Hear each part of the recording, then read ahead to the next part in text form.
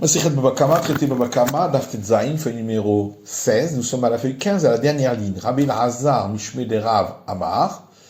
Rabbi Elazar, au nom de Rav, a répondu qu'il n'y a pas de contradiction dans la Mishnah. Kula Rabbi Tarfoni. Toute la Mishnah va d'après Rabbi Tarfon, qui dit que le dégât de la corne dans le domaine de l'endommagé, c'est depuis le départ le dommage total qu'on doit payer. Et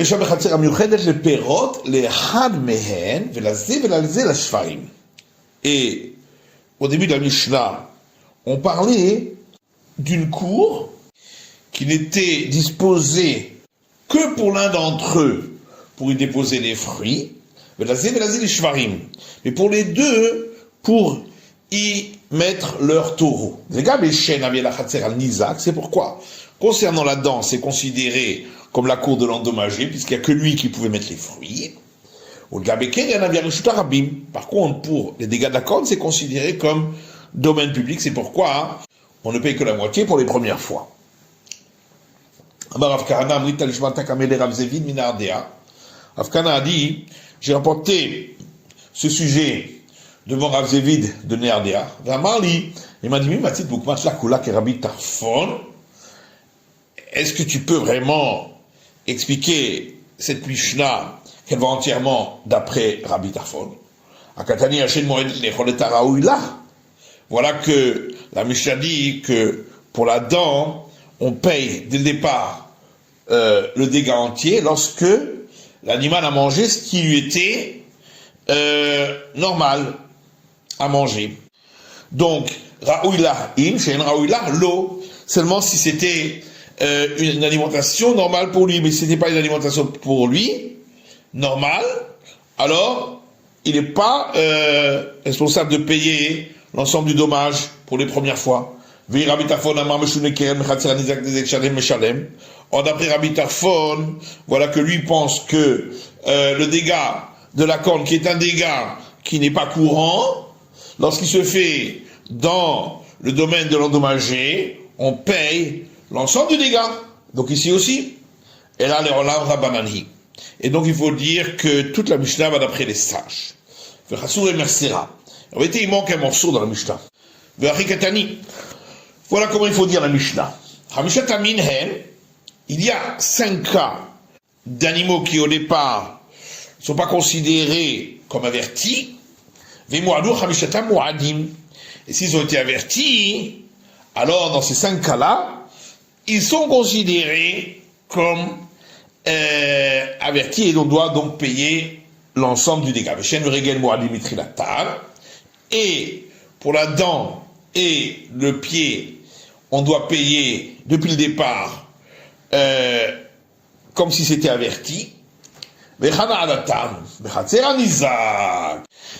Et où est-ce qu'on dit que pour ces dégâts de la dent et du pied, ils sont considérés comme avertis depuis le départ?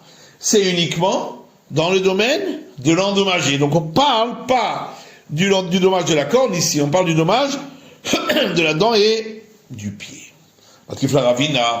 Là-dessus, Ravina pose une question et dit Hakatani le Kaman, voilà que plus loin, la Mishnah dit Shor Amazik de Staniza Ketsan. Quel est le cas du taureau qui a endommagé dans le domaine de l'endommagé? Et là-bas, on parle du dégât de la corne. Alors, si effectivement, dans notre Mishnah, on en a parlé, on comprend que plus loin, on dit c'est quoi le cas. Et là, il y a Marlo Aéreba, mais si tu dis que dans notre Mishnah, on n'en parle pas, puisqu'on parle que à ce sujet du dommage de la dent et du pied, qu'est-ce que ça veut dire? Comment cela? Et là, Ravina, c'est pourquoi Ravina dit Chassuré Mersera Vachiketani. Il manque un morceau dans notre Mishnah, voilà comment il faut la dire. Il y a 5 cas où l'animal est considéré au départ comme non averti, et si ensuite on les a avertis, alors ils sont considérés comme avertis.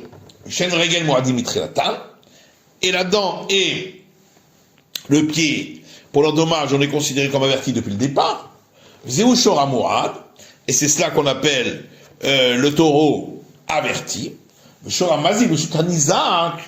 Et le taureau qui a encore né dans le domaine de l'endommagé,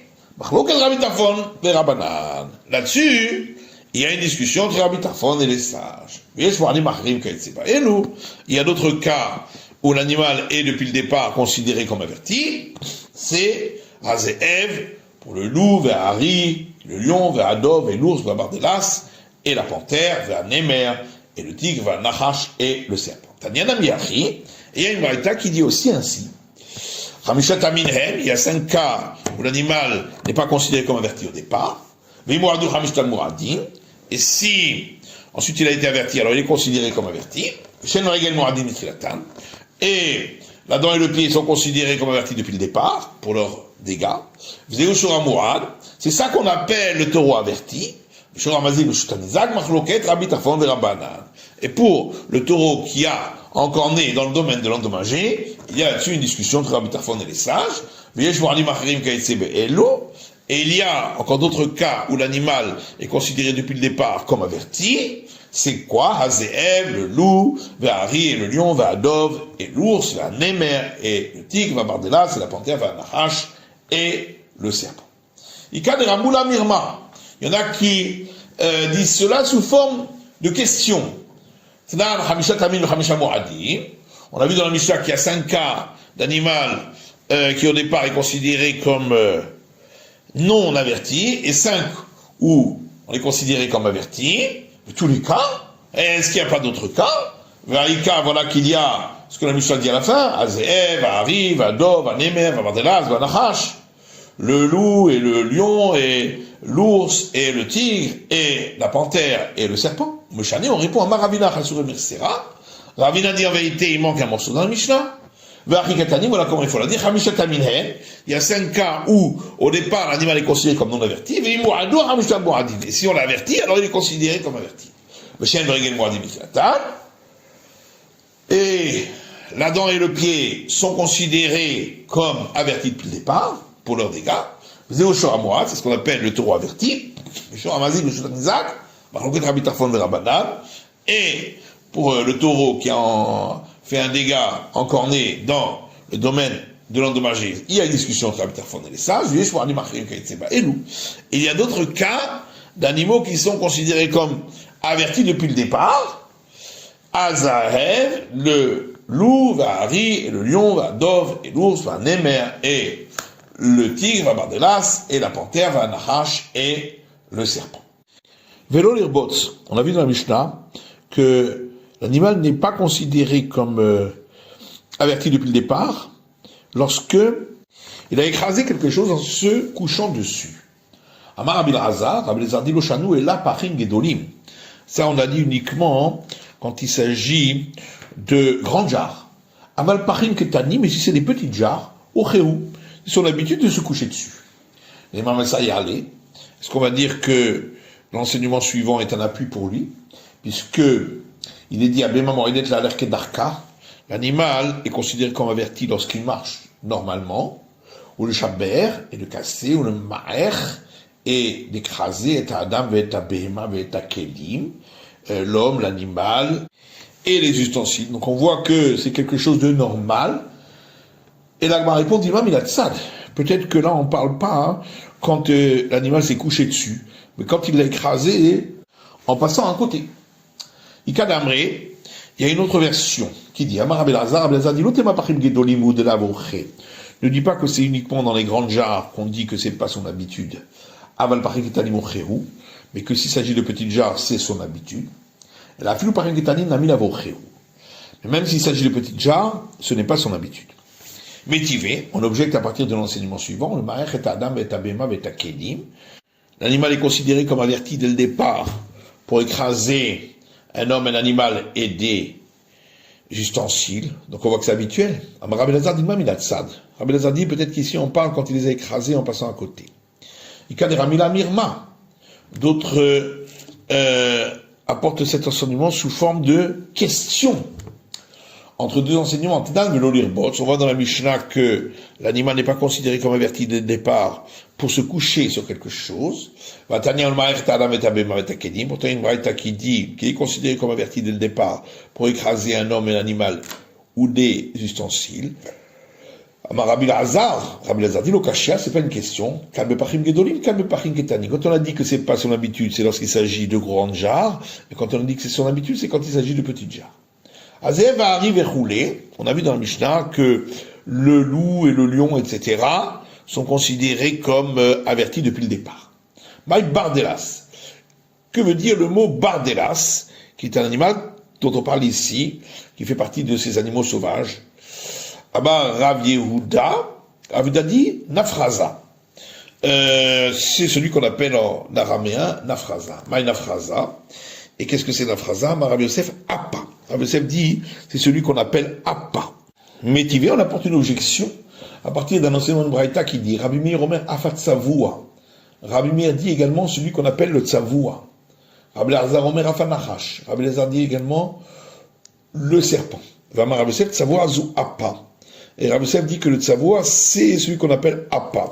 Donc c'est pas le bardelas. Et l'Agmara dit l'okashia. C'est pas une question. Kalbe tzavua zachar, kalbe tzavua nekeva. Le tzavua dont parle la Braïta, c'est le tzavua mâle. Et le bardelas dont parle notre Mishnah, c'est le tzavua femelle. Et tous deux s'appellent en araméen appa. Des Tania, comme on a vu dans une Braïta. Tzavua zachar, le tzavua mâle. La Chashev Hashanim Naaseh Atalef. Au bout de 7 ans, il devient une chauve-souris. Atalef, la Chashev Hashanim Naaseh Arpad. La chauve-souris, appelée Atalef, au bout de 7 ans, elle devient une autre sorte de chauve-souris appelée Arpad. Arpad, la Chashev Hashanim Naaseh Kimosh. Ce Arpad, au bout de 7 ans, devient un autre animal appelé Kimosh. Kimosh, la Chashev Hashanim Naaseh Chouach. Ce Kimosh, au bout de 7 ans, devient un autre animal appelé Chouach. Chouach, la Chashev Hashanim Naaseh Shed. Et ce roi, au bout de 7 ans, devient un esprit maléfique appelé Shed. La colonne vertébrale d'un homme, après qu'il ait été enterré pendant 7 ans, devient un serpent. Et ça, c'est seulement pour celui qui ne se courbait pas lorsqu'il disait la bénédiction de Modim dans la prière. À Marmar, on reprend l'enseignement qu'on a vu. Rabbi Meir Omer afat tzavua. Rabbi Meir dit également le tzavua. Rabbi Lazar Omer afat nachash. Rabbi Lazar dit également le serpent.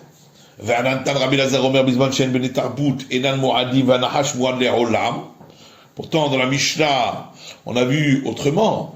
Rabbi Lazar dit que lorsque ces animaux sauvages sont domestiqués, ils ne sont pas considérés comme avertis depuis le départ, mais le serpent est considéré comme averti depuis le départ. Donc c'est seulement le serpent. La Gemara répond Tani Nachash. Effectivement, il faut dire Rabbi Lazar dit le serpent. Avant Shmuel arrive et Rabbi, Shmuel dit un lion dans le domaine public, Daras Ve'achal, s'il a écrasé un animal et il l'a mangé, pas tour, on est dispensé du paiement. Tarav ve'achal, alors que s'il a déchiqueté l'animal et l'a mangé, chayav, on doit payer.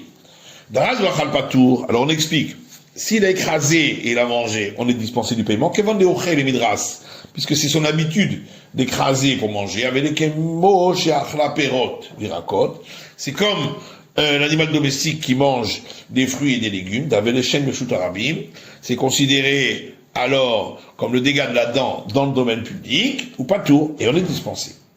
Taraf, lave au chéhu. Par contre, s'il a déchiqueté, c'est pas son habitude, et donc c'est considéré comme la corne, et donc on doit payer même dans le domaine public. Les mêmes radé tréfa lave au chéhu. La Gemara dit donc ça veut dire que déchiqueter, c'est pas son habitude. Mais à Kéti, pourtant, il y a un verset qui dit, dans le livre de Nahum, Arié Toref, Bade Gorotav, le lion déchiquete pour avoir suffisamment pour ses petits. Donc c'est son habitude. La Gemara répond Bishvil Gorotav. Ça c'est quand il doit garder après la viande pour les petits. On met Chanek, le livre Otav, et le verset poursuit en disant et il étouffe pour ses lions. Et on répond Bishvil livre Otav. Ça c'est quand c'est pour les lions. Vimalle Teref Horav. Suite verset remplira sa tanière d'animaux déchiquetés. Donc on voit qu'il déchiquete. La Gemara répond Bishvil Horav. Ça c'est quand c'est pour remplir les tanières, c'est pour garder les animaux. On met en Otav Tréfa et ses demeures d'animaux déchiquetés, ça c'est quand, c'est pour garder dans ses demeures. Pourtant il y a une braïta qui dit, de même, une bête sauvage qui est rentrée dans la cour de l'endommagé, Tarfa Behema vers la bassa, si elle a déchiqueté un animal domestique et a mangé la viande, mais Shalem Nezek Shalem, on paye tout le dommage. Donc on voit que c'est considéré comme habituel, car sinon on ne paierait pas tout le dommage, mais que la moitié. Et là, on parle uniquement dans le cas où l'animal a déchiqueté pour laisser de côté, comme on a dit auparavant. Mais la Braïta a dit et il a mangé.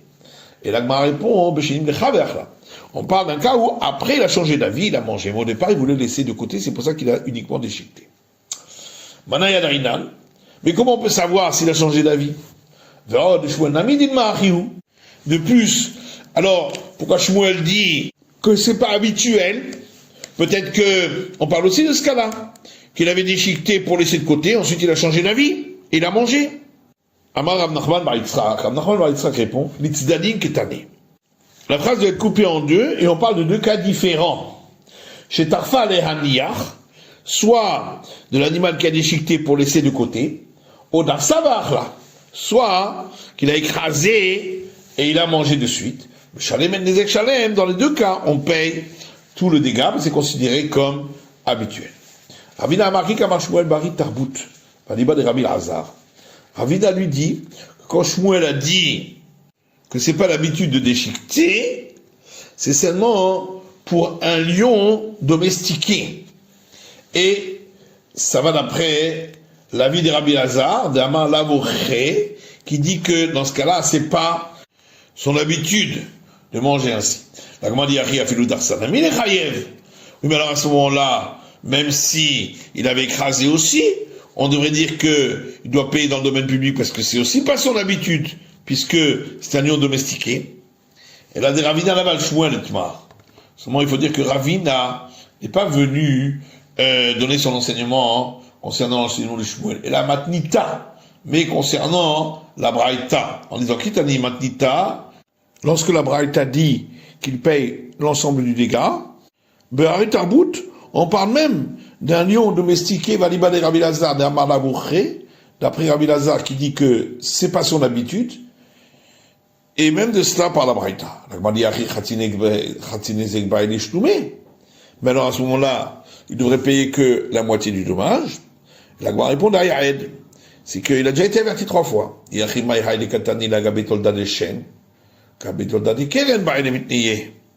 Mais alors pourquoi a-t-on enseigné ce cas avec les dérivés du dommage de la dent? On aurait dû le placer avec les dérivés du dommage de la corne, puisqu'au départ on considère que c'est pas son habitude. Kashia, c'est une bonne question. Maintenant, une Mishnah suivante. Maventam le Mourad, c'est quoi la différence entre lorsque l'animal n'a pas été averti et lorsqu'il était averti? Et là, chez Atam Shem Hatsi Nezek Migoufo, c'est que s'il n'avait pas été averti, il paiera que la moitié du dommage et uniquement avec le corps de l'animal qui a endommagé. Au Mourad Shem Nezek Shalem, et s'il était averti, il paiera la totalité du dommage, Mina Aliyah, du meilleur. Gmara, Maïr Aliyah, qu'est-ce que ça veut dire le meilleur, dit la Gmara? Amar Rabbi Lazar, Bimaroulesh bin Chassav. Ça veut dire le meilleur de ces terrains. Renou Omer, comme il est dit dans les chroniques, Vaishkav Chizkiyahu Marvotav, Chizkiyahu a été allongé avec ses pères, Vaikberuhu B'Maale Kivre Bene David, et on l'a enterré dans le meilleur des tombeaux des descendants de David. Vamar Rabbi Lazar B'Maale, et Rabbi Lazar dit, dans le meilleur, ça veut dire avec les meilleurs de la famille. Maninu, et qui sont-ils? David ou Shlomo, David et Salomon. David. Le verset dit, concernant le roi Assa, roi de Judée, et on l'a enterré dans ces tombeaux qu'il avait creusés dans la ville de David, et on l'a allongé dans un endroit destiné à cela, qui était rempli de parfums et d'espèces. Bah, mais Samim Vezanim, qu'est-ce que ça veut dire des parfums et des espèces? Rabbi Elazar Amar, Ziné. Rabbi Elazar dit, toutes sortes d'espèces de parfums. Rabbi Shmuel Bar Nachmani Amar, Rabbi Shmuel, fils de Nachmani, dit, mais Samim, il s'agit de parfums chez Kol HaMeriach Ben Balidé Zima. Que tout celui qui les sent, on arrive à s'adonner à la dépravation des mœurs, du mot zout qui veut dire dépravation. La Gemara rapporte un verset dans Yermia, dans le livre de Jérémie, qui karou shucha lelordeni. Jérémie dit car ils ont creusé un fossé pour m'y emprisonner, ou pachim tamnu les raglaï, et des pièges ils ont caché à mes pieds. Rabbi Elazar Amar shechashdu mizona. Rabbi Elazar dit c'est parce qu'ils l'ont suspecté d'avoir une relation avec une prostituée. Rabbi Shmuel Bar Nachmani Amar, Rabbi Shmuel fils d'Achmeni dit, shechashdu meshetish, c'est qu'ils l'ont suspecté d'avoir une relation avec une femme mariée. On comprend après celui qui dit qu'ils l'ont suspecté d'avoir une relation avec une prostituée, nous dire. C'est donc ce qui est écrit dans les proverbes, qui shura amuka zona, parce qu'un fossé profond, c'est la prostituée. Et là, mais d'après celui qui dit qu'ils l'ont suspecté d'avoir une relation avec une femme mariée, pourquoi on l'a appelé fossé? À tout eshetish minafka miklal zona. Et là, Gemara répond, mais est-ce que la femme mariée, si elle a une relation d'adultère, est-ce que elle est sortie du cadre de la femme de mauvaise vie? Elle aussi est appelée ainsi. On comprend après celui qui dit qu'on l'a suspecté d'avoir une relation avec une femme mariée, nous dit-il, c'est pourquoi il est écrit dans l'idée de Jérémie, et toi l'Éternel, tu sais tous les mauvais desseins qu'il fomente sur moi pour me tuer. Parce que celui qui est en relation avec une femme mariée, condamné à mort. Et la demande mais d'après celui qui dit qu'ils l'ont suspecté d'avoir une relation avec une prostituée, pourquoi il a écrit pour me tuer? C'est parce qu'ils l'ont jeté dans un puits de vase pour qu'il meure. Darash Rava. Rava a expliqué le verset suivant. Maïrtiv, que veut dire ce verset dans le livre de Jérémie? Yehu murshalim lefanecha be'et apecha asebahem. Qu'il tombe dans un piège devant toi, et le jour de ta colère, que tu les punisses. Amar Yermia ifna kol shbaruchu. Le prophète Jérémie a dit devant le Saint béni soit-il, Ribono shel olam, maître du monde, afil v'shar she'osim tzedaka. Même au moment où ils pratiqueront la charité, Archilem ivnadam shenam muganim, fais-les tomber dans le piège de la donner à des hommes qui ne sont pas convenables, que des chelou kablou alen zachar, afin qu'ils ne reçoivent pas pour cela de récompense. Verset dans les chroniques, concernant le décès du roi Hiskiyahu, le verset dit, ils lui ont fait un honneur à sa mort. Et ça nous apprend que ils ont placé une maison d'études sur sa tombe. Pligeba, il y a une discussion à ce sujet entre Rabbi Nathan et Rabbanan, Rabbi Nathan et les sages. Hanamar, l'un a dit, Shtosha, qu'il s'agissait de 3 sages, Hadamar Shivra, un a dit 7, Vamre la Shtoshim, d'autres disent 30. C'est la fin de l'étude du Daf Tetzaïn de la feuille numéro 16.